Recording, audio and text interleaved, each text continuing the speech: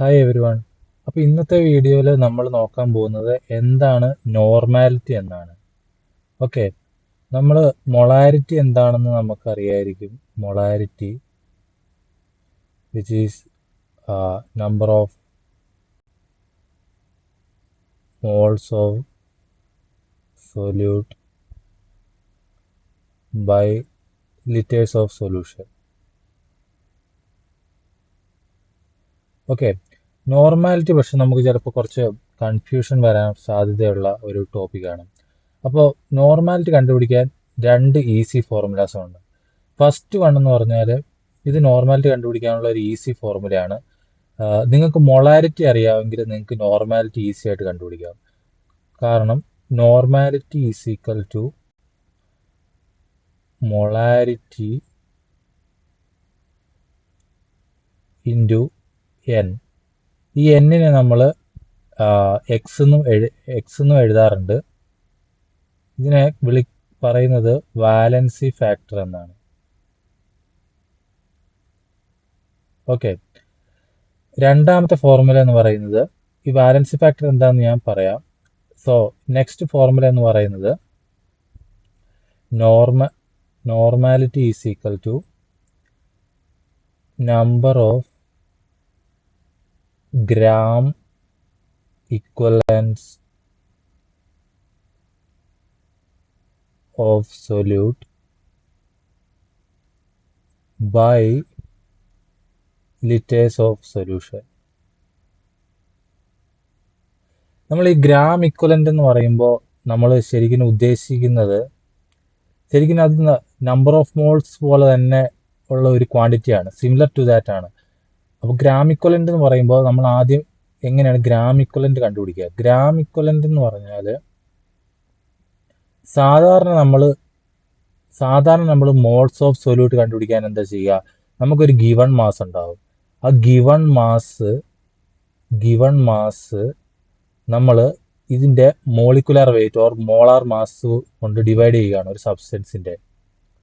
Okay, so ഇവിടെ gram equivalent കണ്ടുപിടിക്കാൻ എന്താ ചെയ്യേണ്ടതെന്ന് പറഞ്ഞാൽ നമുക്കൊരു ഗിവൺ മാസ് ഉണ്ടല്ലോ, ആ ഗിവൺ മാസിനെ നമ്മൾ ഇക്വലൻ്റ് മാസ് കൊണ്ട് ഡിവൈഡ് ചെയ്യുക.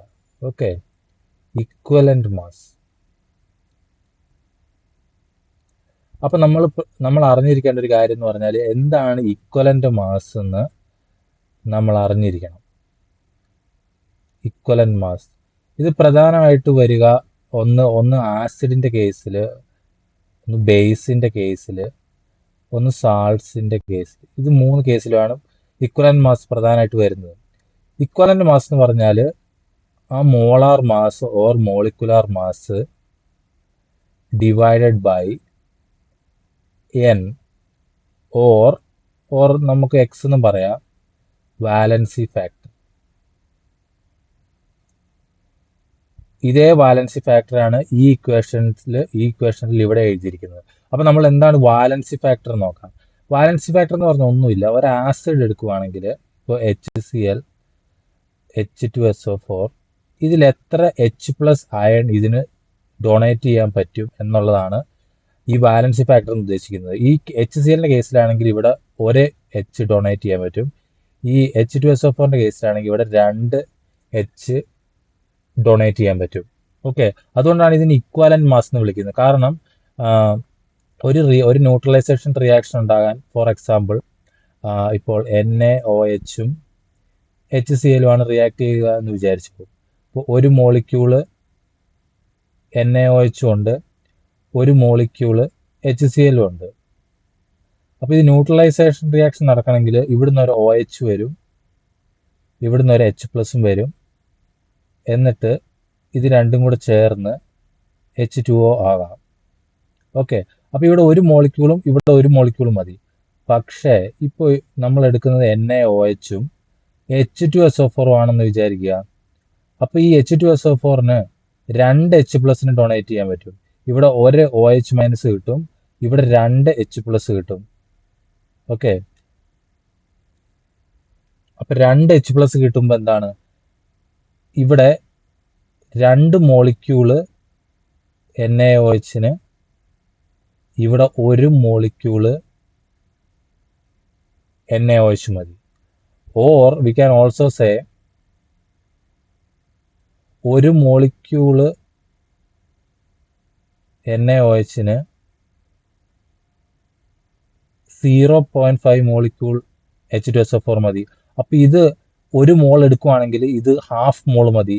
അപ്പോൾ ഇതിൻ്റെ ഒരു ഇക്വാലൻ മാസാണ് നമ്മൾ കണ്ടുപിടിക്കുന്നത്. എത്രത്തോളമാണ് ഇതിനെ റിയാക്ട് ചെയ്യാൻ വേണ്ടത്, ആ ഒരു ഇക്വലൻസി, അതാണ് ശരിക്കും ഈ ഇക്വാലൻ മാസ് കൊണ്ട് നമ്മൾ ഉദ്ദേശിക്കുന്നത്. ഓക്കെ, സോ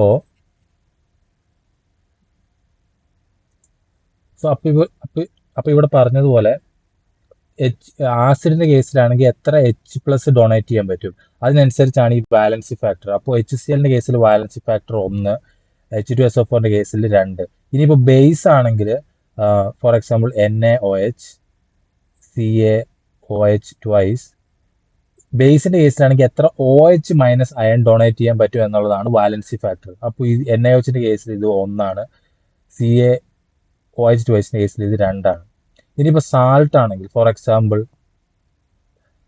NaCl, AlCl3, ഇതിന്റെ കേസിലാണെങ്കിൽ നമ്മൾ എയ്തർ കാറ്റയന്റെ ഓർ ആനയന്റെ ചാർജ് ആണ് എടുക്കുന്നത്. Okay, charge of, or we can say total charge of cation or anion. അപ്പോൾ ഇതിന്റെ കേസിൽ നമുക്ക് എയ്തർ കാറ്റയന്റെ ഓർ ആനയന്റെ എടുക്കാം. അപ്പോൾ ഇതിന്റെ കേസിൽ നമ്മൾ +1 ആണ്, ഇതിന്റെ -1 ആണ്. അലുമിനിയത്തിന്റെ +3 ആണ്, ഓർ ക്ലോറിന്റെ 1 ക്ലോറിന്റെ -1 ആണ്. അപ്പോൾ 3 ക്ലോറിന്റെ -3 ടോട്ടൽ ചാർജ്. അപ്പോൾ നമുക്ക് ഇത് ഏത് വേണമെങ്കിലും എടുക്കാം. അപ്പോൾ വാലൻസി ഫാക്ടർ AlCl3ന്റെ കേസിൽ നമ്മൾ കാറ്റയന്റെ എടുക്കുവാണെങ്കിൽ +3, ചാർജ് നോക്കണ്ട, 3 ആയിട്ട് എടുക്കുക. ഓക്കെ, അപ്പോൾ നമ്മൾ പഠിച്ചു ആസിഡിന്റെ കേസിലാണെങ്കിൽ നമ്പർ ഓഫ് H+, അതായത് H എത്രയുണ്ടെന്ന് നോക്കുക. ബേസിന്റെ കേസിലാണെങ്കിൽ OH നോക്കുക. സാൾട്ടിന്റെ കേസിൽ എയ്തർ കാറ്റയന്റെ ഓർ ആനയന്റെ ടോട്ടൽ ചാർജ് എടുക്കുക. അതാണ് വാലൻസി ഫാക്ടർ. അപ്പോൾ നമുക്ക് വാലൻസി ഫാക്ടർ എന്താണെന്ന് മനസ്സിലായി. അതിൽ നിന്ന് നമുക്ക് ഇക്വലന്റ് മാസ് കിട്ടും. ഇക്വലന്റ് മാസ് നമ്മൾ ഗിവൺ മാസ് കൊണ്ട് ഡിവൈഡ് ചെയ്യുമ്പോൾ നമുക്ക് ഗ്രാം ഇക്വലന്റ് കിട്ടും. ആ ഗ്രാം ഇക്വലന്റ് അതായത് നമ്മൾ മോൾസ് ഓഫ് സൊല്യൂട്ട് മൊളാരിറ്റിയുടെ കേസിൽ കണ്ടുപിടിക്കുന്ന പോലെ നമുക്ക് കിട്ടും. ഓക്കെ, നമുക്കിനി ഒരു പ്രോബ്ലം ചെയ്തിട്ട് ഇത് എങ്ങനെയാണ് കണ്ടുപിടിക്കുന്നതെന്ന് നോക്കാം.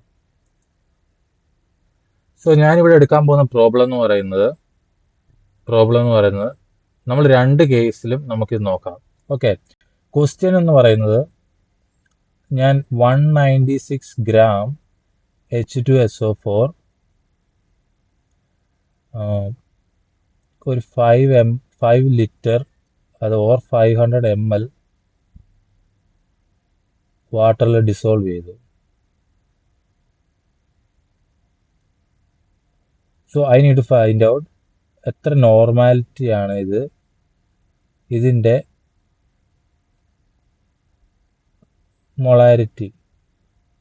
നമുക്ക് ഈ 2 ഫോർമുലയിൽ ഇത് കണ്ടുപിടിക്കാം. എങ്ങനെയാണെന്ന് നോക്കാം. സോ ഫസ്റ്റ് വൺ നമുക്ക് ഈ സെക്കൻഡ് മെത്തേഡ് വെച്ച് ചെയ്ത് നോക്കാം. ഓക്കെ, സോ ഇതിൻ്റെ വാലൻസി ഫാക്ടർ എത്രയാണ്? H2SO4ന്റെ 2 H+ ഇത് ഡൊണേറ്റ് ചെയ്യാൻ പറ്റും. അപ്പോൾ ഇതിൻ്റെ വാലൻസി ഫാക്ടർ എന്ന് പറയുന്നത് 2 ആണ്. അപ്പോൾ മോളാർ മാസ് H2SO4ന്റെ മോളാർ മാസ് എങ്ങനെ കണ്ടുപിടിക്കുക?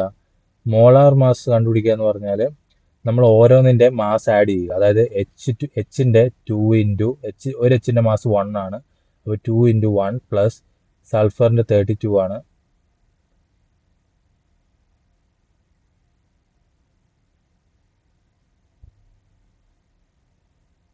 പ്ലസ് ഓക്സിജൻ്റെ 4 ആണ്, 4 × 16. ടോട്ടൽ നമുക്ക് 98 കിട്ടും. ഓക്കെ, സോ ഈ ബാലൻസ് ഫാക്ടർ കൊണ്ട് നമുക്ക് ഇക്വലന്റ് മാസ് കണ്ടുപിടിക്കണം. This one equivalent mass is equal to molar mass 98 divided by 2 equal to 49.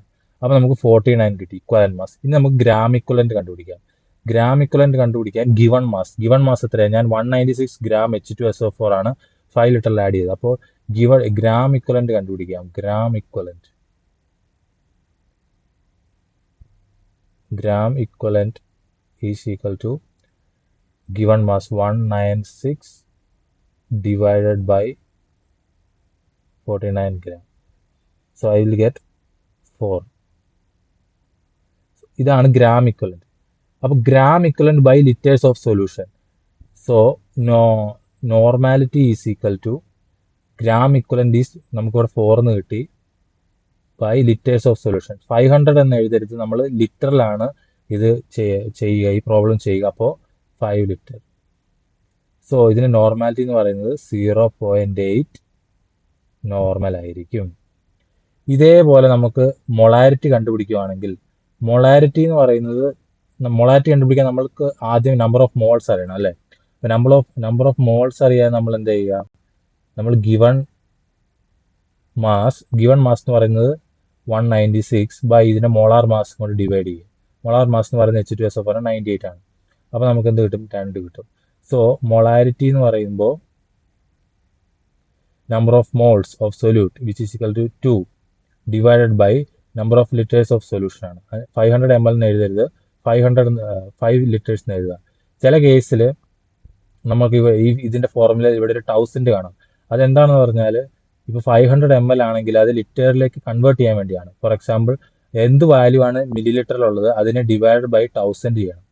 So ഈ ഇക്വേഷൻ എന്ന് പറയുന്നത് ശരിക്കും ഈ 1000 നമുക്ക് മുകളിലേക്ക് കൊണ്ടുപോകാം. അതായത് 2 ഇൻറ്റു 1000 ബൈ 500 എന്നും എഴുതാം. ഇതുകൊണ്ടാണ് ചില ഇക്വേഷൻ നമ്മൾ ഇവിടെ 1000 കാണുന്നത്. ഓക്കെ, സോ എന്ത് ചെയ്താലും നമുക്ക് 2/5 കിട്ടും.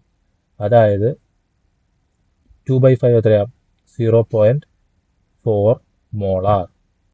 അപ്പോൾ ഇവിടെയാണ് നമ്മുടെ സെക്കൻഡ് ഇക്വേഷൻ്റെ യൂസ് വരുന്നത്.